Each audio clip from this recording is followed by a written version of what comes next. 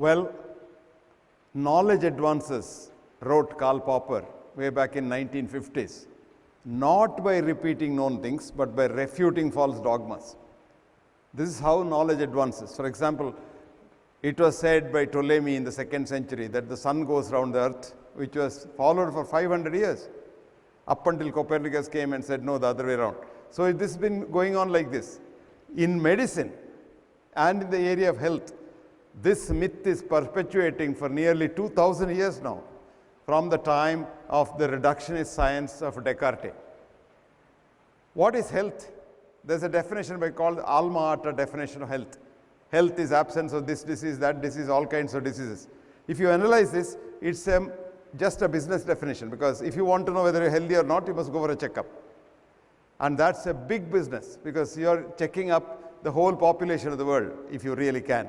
Because if you're treating only the ill people, it's only a few million in a given day. So that's not the definition, but Indian system of Ayurveda for thousands of years had a beautiful definition, which simply means, in essence, if you have enthusiasm to work, mark my words, and enthusiasm to be compassionate, you are healthy. You can have a disease, because all of us have disease. If I now scan all of us for a cancer cell, each one of us will have more than 5 to 10 cancers already inside. But they don't become clinical cancers and kill you, they die themselves. And this is a very important thing. So on a given day, nobody is totally healthy, which if it means that without disease. So this definition of health is very convenient, because you can know yourself in the morning. Get up and ask, do I want to go to work today, or do I have to go to work? If you say, and I want to go to work, you're healthy. Do I have to be compassionate? If you say, yes, I have to be compassionate, that's compulsion. I want to be compassionate. And if you want to be compassionate, you're healthy again. Now, having said this, I must tell you the myths in the area of health. When you go and see a doctor, the first thing he asks is, did your father have cancer? Did your father had stroke? He had a heart attack? You get frightened. And if anyone this is positive, you start dying that day. I may get a cancer. I may get heart attack. I may get this. I may get a stroke. All this is myth.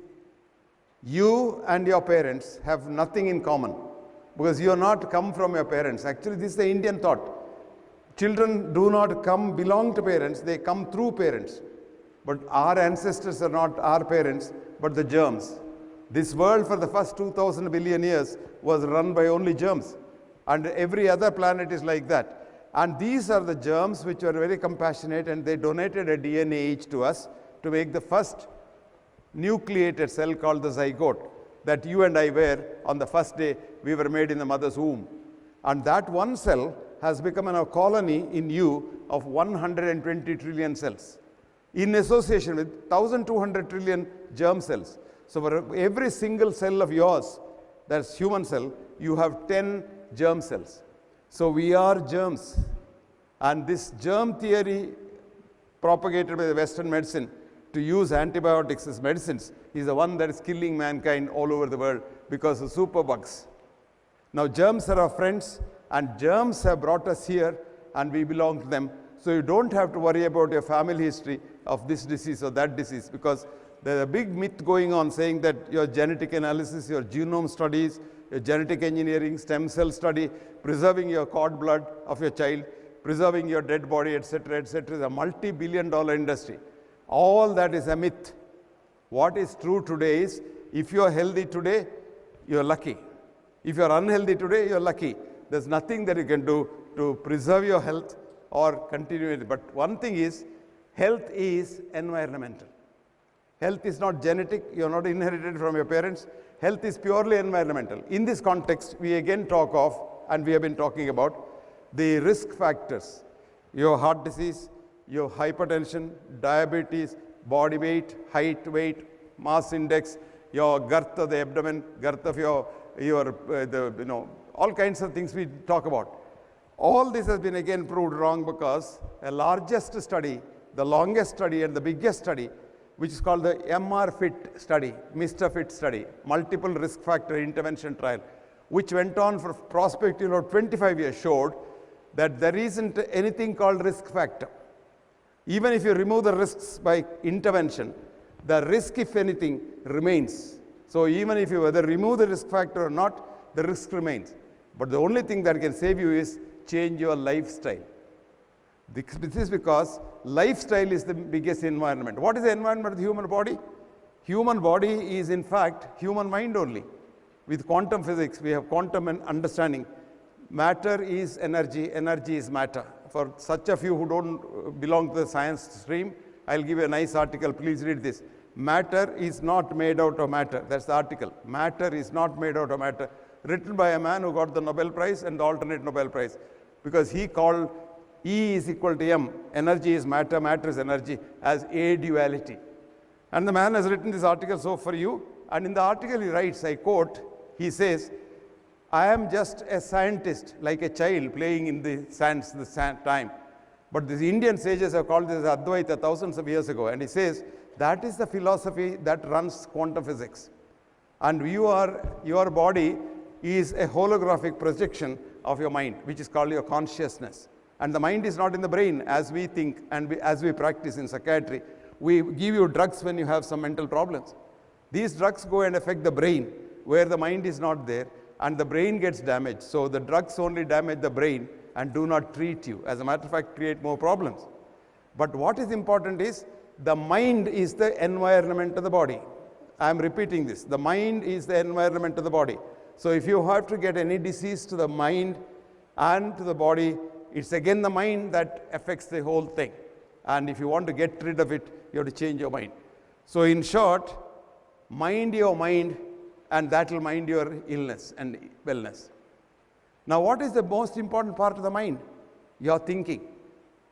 The most dangerous part of the environment of mind is arrogance, hubris. I. You know, I. You all know I. I starts illness. You just change that I into we, wellness. That's all the difference. Did you understand? The difference between illness and wellness is how you look at yourself. If you think you are the biggest man under the sun, you are always ill. Remember that. Almost all our politicians have got all kinds of illnesses. You don't know them. They take so many drugs. Now you think there is a drug for everything, so why worry? One patient came to me once and said, look doctor, I want to drink, I want to smoke, but I don't want to get diseases. Give me a pill. This is how people think, because they think there is a pill for every ill. But the reality is, while there is no pill for every ill, there is an ill following every pill. And this is true because every pill is a reductionist chemical.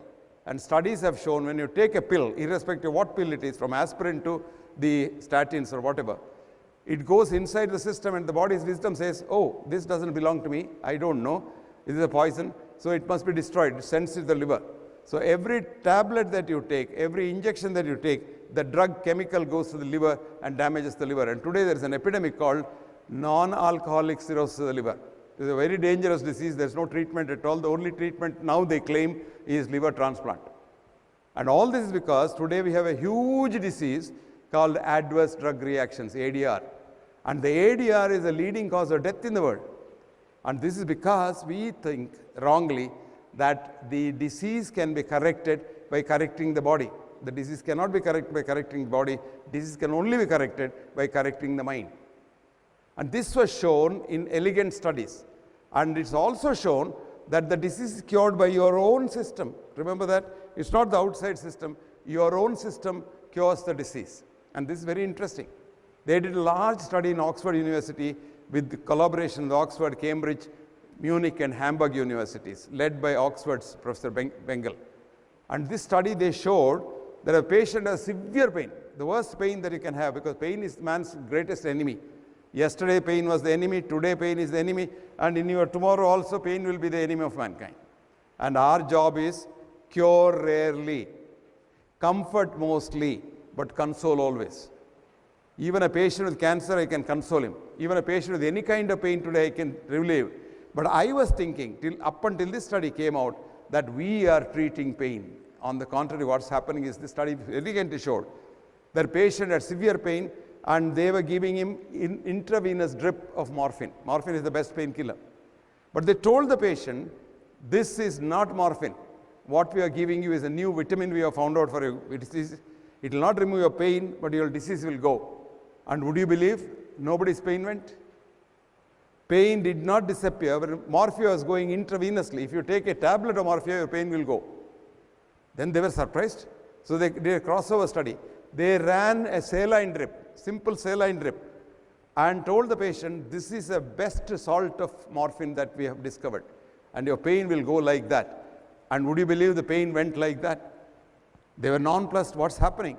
So they repeated the whole study with an fMRI, concurrent fMRI. fMRI tells you what the brain is doing.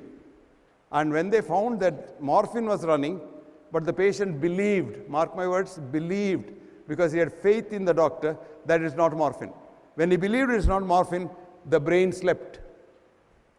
When saline was going and the doctor told him it is morphine, and he believed the doctor, and then pain got relieved because the forebrain produced such powerful opioids that in no time the pain went. So who treated the pain? Not the drug, but your own brain, your own body, your own immune system. Similarly, surgery. You think surgery, okay, surgery is something different. No, they did a study, extensive study like this on bypass surgery. And they showed even bypass surgery is a placebo effect. Nothing happens by the surgery, but the placebo effect. The mind says, okay, I am treated. I've had a bypass surgery, nothing to worry about it. This is a very nice study called Placebo Effect in Bypass Surgery, and the first author's name is Grabos. Grabos is a very big director of interventional cardiology in Harvard. And this study shows that when a patient was taken to the theater, anesthetized, and when he woke up, he was told, you had a wonderful bypass surgery. Your surgery was very successful. And he went home, and he's successful. 1 year later, scanning showed blood supply had come back to the heart, which means you are treating your own self, which is called the placebo effect.